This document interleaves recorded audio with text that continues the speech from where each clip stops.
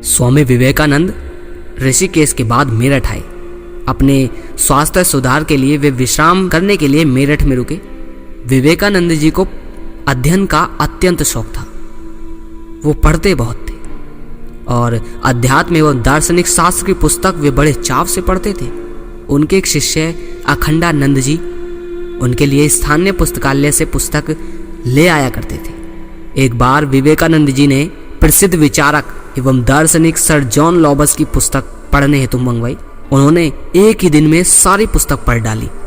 दूसरे दिन अखंडानंद जी वे पुस्तक जमा करने ले गए।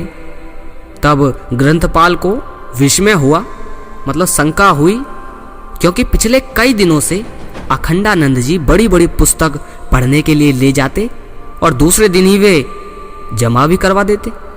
ग्रंथपाल ने अखंडानंद जी से पूछा, महाशय, आप पुस्तक पढ़ते हैं या केवल उनके पन्ने पलटकर ही वापस कर देते हैं? प्रतिदिन मुझसे अलग अलग पुस्तक ढूंढवा कर मेरा दम निकाल देते हैं।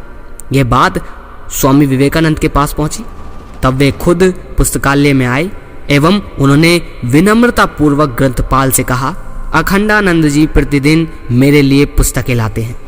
मैं पुस्तकें पूरी की पूरी पढ़कर दूसरे दिन उन्हें जमा करने के लिए वापस भेजता हूँ। क्या आपको शंका होती है कि मैं पढ़े बिना ही पुस्तक वापस भेजता हूँ? ग्रंथपाल ने कहा, स्वामी जी, सर जॉन लॉबस जैसी गहन तत्व चिंतन की पुस्तकें एक ही दिन में कैसे पढ़ी जा सकती हैं? मैं इसे नहीं मानता। स्वामी विवेकानंद जी ने कहा, मैंने एक ही दिन में वे सब पुस्तक पढ़ डाली हैं। फिर भी अगर आपको शंका है तो उनकी पुस्तकों में से आप जो चाहें जिस विषय पर मुझसे कोई भी प्रश्न पूछ सकते हैं। ग्रंथपाल के दिमाग में यह बात उतरी नहीं। विवेकानंद जी वास्तव में पुस्तक पढ़ते हैं कि नहीं, इसकी जांच करने के लिए ग्रंथपाल उन पुस्तकों में से एक के बाद एक सवाल पूछने लगे। विवेकानंद जी फटाफट उनके उत्तर देने लगे। इतना ही नहीं, प्रश्न का उत्तर पुस्तक के किस पृष्ठ पर है यह भी बताने लगे। ग्रंथपाल की आंखें फटी की फटी रह गई और वो देखते रह गए। वह बहुत ज्यादा आश्चर्य में डूब गए।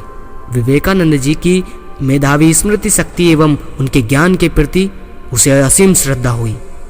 उसने प्रणाम करके कहा, स्वामी जी, आपकी बात को सत्य माने बिना आपके साथ मैंने जो संशय युक्त व्यवहार किया उसके लिए बदले में क्षमा मांगता हूँ। वास्तव में आप कोई महान योगी पुरुष हैं, परंतु मुझे ये समझाइए कि इतनी शीघ्रता से पुस्तक पढ़कर उसे आप अक्षर रस याद कैसे रख लेते हैं?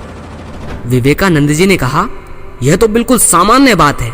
छोटा बालक पहले एक एक अक्षर अलग अलग करके पढ़ता है, फिर समझदार होता है तब पूरे शब्द पढ़ता है, बाद में पूरे वाक्य फटाफट पढ़ लेता है। पढ़ा हुआ पाठ याद करने के लिए एकाग्रता की आवश्यकता है। एकाग्रता प्राप्त करने के लिए इंद्रिय संयम चाहिए। संयम ना हो तो मन की शक्तियां बिखर जाती हैं और इन सब की नींव से सबसे महत्वपूर्ण साधना है ब्रह्मचर्य। यह सब ब्रह्मचर्य से ही संभव बनता है। आपको मेरी स्मरण शक्ति चमत्कारी लगती है, लेकिन इसमें कुछ भी चमत्कार नहीं है। यह सब ब्रह्मचर्य का ही प्रताप है। इसका पूरा यश ब्रह्मचर्य को ही जाता है।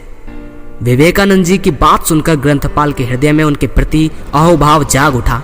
वह स्वामी जी के चरणों में नतमस्तक होकर उनका भक्त बन गए।